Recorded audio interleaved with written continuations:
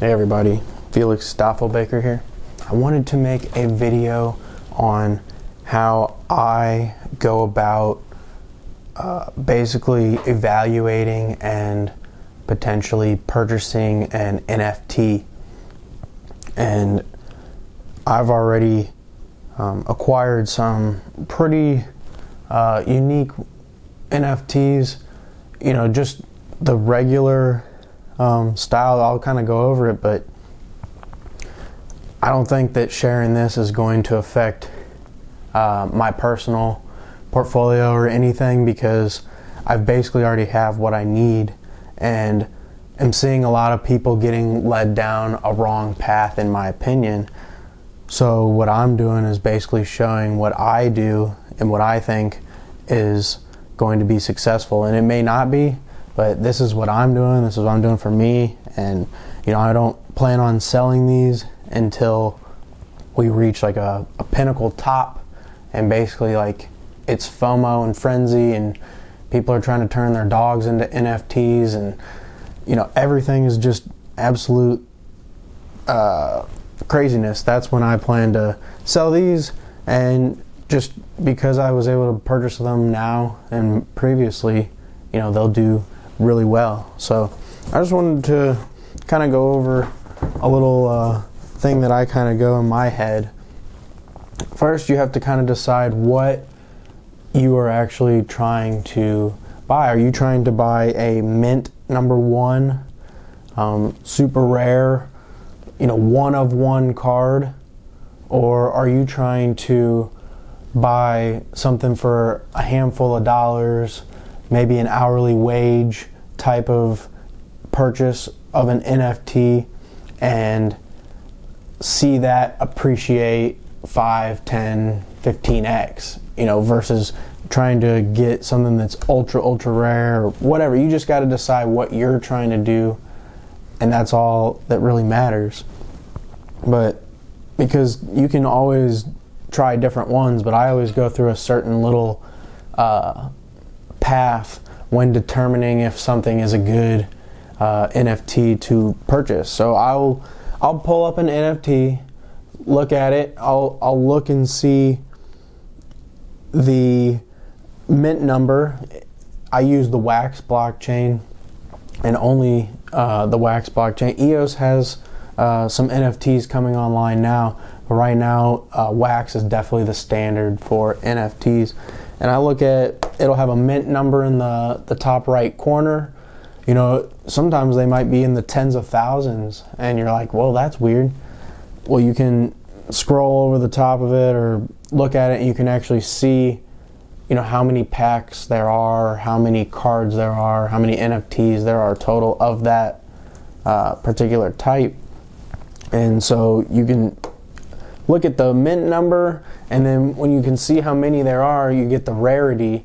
And there could be 5,000 tokens or cards or whatever NFT it is, and then say if it's almost like a utility NFT where you burn it, like if it's a pack of cards, you would actually open that pack of cards, but it would burn the pack and create mint 5 new NFTs under the cards. So if you had like a pack that was like 5,000 packs total, and 4,000 packs were burned already, even though there's 5,000 total packs, there's really only 1,000 available. And so you just immediately, based off something like that, would get 5 times more rare, like just based off that, having an unopened pack. And that's something else. If you're buying packs to open them, or you're buying packs to save them, all these different things come into play when determining what is a good opportunity to potentially invest in for an NFT. Then I always look at the schemas. So that's like, is it NFT Funko Teenage Mutant Ninja Turtles, or is it Topps MLB Baseball, or is it Upland, or is it Deadmau5? This is whatever type it is. So if you're trying to only invest in stuff that's connected to in real life NFTs. You know, there's like a handful of collections that will do that. There, you know, if you are only collecting like Street Fighter, you know, you wouldn't want to then go buy something that was the Bratz dolls collection. So you have to look at that too. You may want to sell something like that later. You may want to buy something like that for somebody down the road, like a kid or something, or whatever. But those are something to consider, because obviously if you don't think that the value is going to increase, then there's really no point to even buy it. Then something else to consider is the price. If you can find a good mix of all of these and it looks like something you want to do, if it's still overpriced, because we're so early that basically if you have an NFT, you set your own market. You can put any price you want based in wax, and you know, someone will either buy it and there's a market for it, or someone will not buy it and somebody will buy one cheaper or whatever. But either way, you still only have one NFT that cannot be replicated. So, you know, you have to determine if it's a mint number 1, you would think that it would be worth more than a mint number 300. But, you know, I've seen cases where, and this is why it's good to kind of keep all of these in mind at all times, where you'll find one that's about mint number 75 and it's priced half price from a mint number 130 of the same card and same level. The only difference in the card is the mint number and half the price.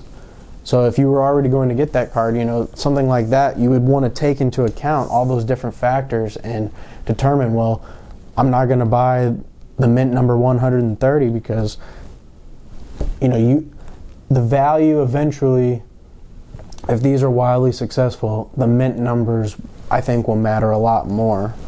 And then the last thing I look at, and potentially the most important, is the official partnerships. So you could go to the Wax website. It's like WDYI.io or something like that. It's the portal that all of the official Wax partnerships use when they're selling their NFTs. And what happens is they'll have a set day and time.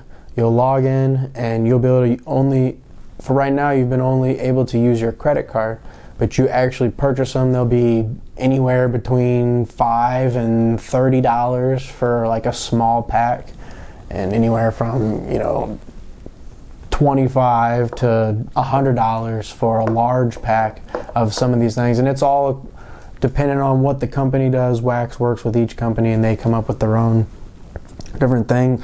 Some of the really cool ideas that have been worked out so far, you know, things like Street Fighter, where you had unlimited purchases for 24 hours on cards, and then there was so many cards, people were worried that there would be too many, and then it turns out you take like several of them, burn them together, and then level up one card. So the gamification actually made like even regular cards more scarce than some of the other projects that put out just a generic set of cards, because the way that people, and it didn't have to be that way, people didn't have to burn them. That's the thing. Like, it was all part of, do you want to level these 4 cards up into a higher card, and each time you level them up there'd be a new mint ring, so you could have 4, you know, numbers and they'd all be in the hundreds, and then if you were the first person to get all those 4 or 5 cards burned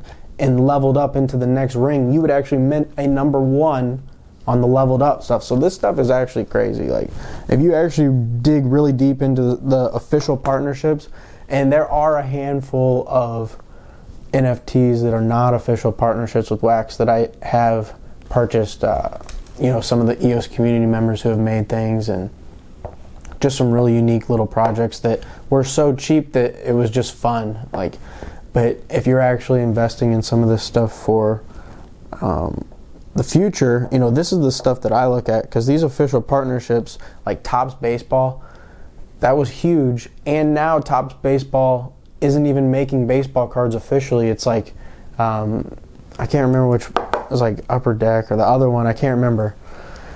So Topps isn't even making MLB baseball cards, but there's official NFT MLB cards on the Wax blockchain. And, I think those could be worth a lot in the future. Some of this stuff, like, you buy them right out of the gate for $5-10, like those MLB cards, and you can't find them for less than $50, sometimes $100 for an unopened pack. I mean, that's the type of stuff that's going on here.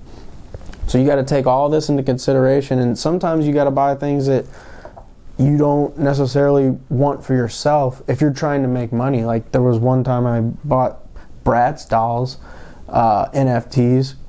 They were an official Wax partnership. Bratz dolls are huge. Like, everybody growing up played with Bratz dolls, and they literally, nobody was buying them. So I bought them. They were like $10 each. I bought like 5 of them, and they sold so few that they chose to like shut it down and not, after the official time, and then they didn't sell anymore. So there was only a handful of them. You can look online, like the cheapest ones right now are like $450, and that doesn't mean that somebody will buy it for that, but that means that there's so few of them that the market is set at whatever somebody wants it to be. So if you want to get that, that's the price you'd have to pay. Otherwise, you just don't get it. And that's kind of where we're at on these. But I just want to put that out there and share some of my thoughts on how I go about doing that. This is not a way to flip or anything, because if you're buying these NFTs and then selling them while telling people to buy them, like, you're just going to jail. Like, that's not even a real thing. So, most of the NFTs that I've bought, I've been buying them since May of 2020. So I have, if they end up being taxed on like on gains tax and stuff, I will have had over a year and be able to drop down that rate.